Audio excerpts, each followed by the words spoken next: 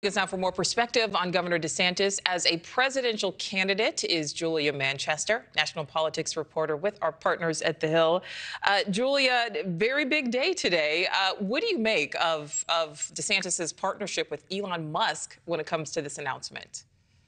Yeah, Nichole, I think that's really twofold. One, for DeSantis, definitely an unprecedented move. We've never seen a presidential candidate announce on Twitter, let alone with with an owner of Twitter who has become somewhat of a face or a leader within the free speech conservative movement. So I think that's what DeSantis's supporters would say is a positive part of this announcement. You know, on the other side of this, which is interesting, that for Elon Musk, this is sort of experimental territory for Twitter. You know, yesterday was interesting. We saw this announcement. This is how Ron DeSantis would be getting into the race. But we also saw news that the Daily Wire, which is conservative commentator Ben Shapiro's media company, they will start to stream all of their content on Twitter. So it seems that Twitter is really starting to enter these uncharted waters when it comes to politics and news, particularly on the political right. So that was interesting. But one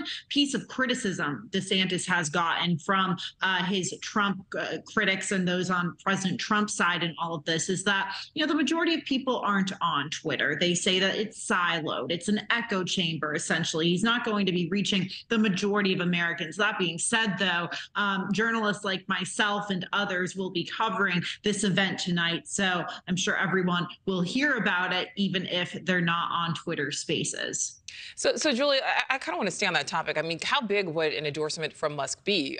Is this going to significantly help DeSantis? Because we know right now, at least in recent polling, I mean, he's polling pretty far behind Trump.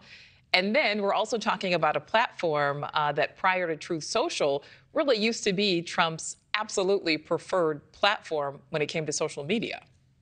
Yeah, and that brings up another point. You know, is this a dig at Trump by doing this on Twitter as Trump is really communicating mostly on Truth Social? Look, we don't know if Elon Musk is going to endorse Ron DeSantis. Elon Musk said yesterday that he wants someone normal to be president. So it's unclear whether that endorsement is going to happen. You know, maybe we'll see more collaboration with some of the Republican primary field on Twitter and Elon Musk. We're just not sure about that yet.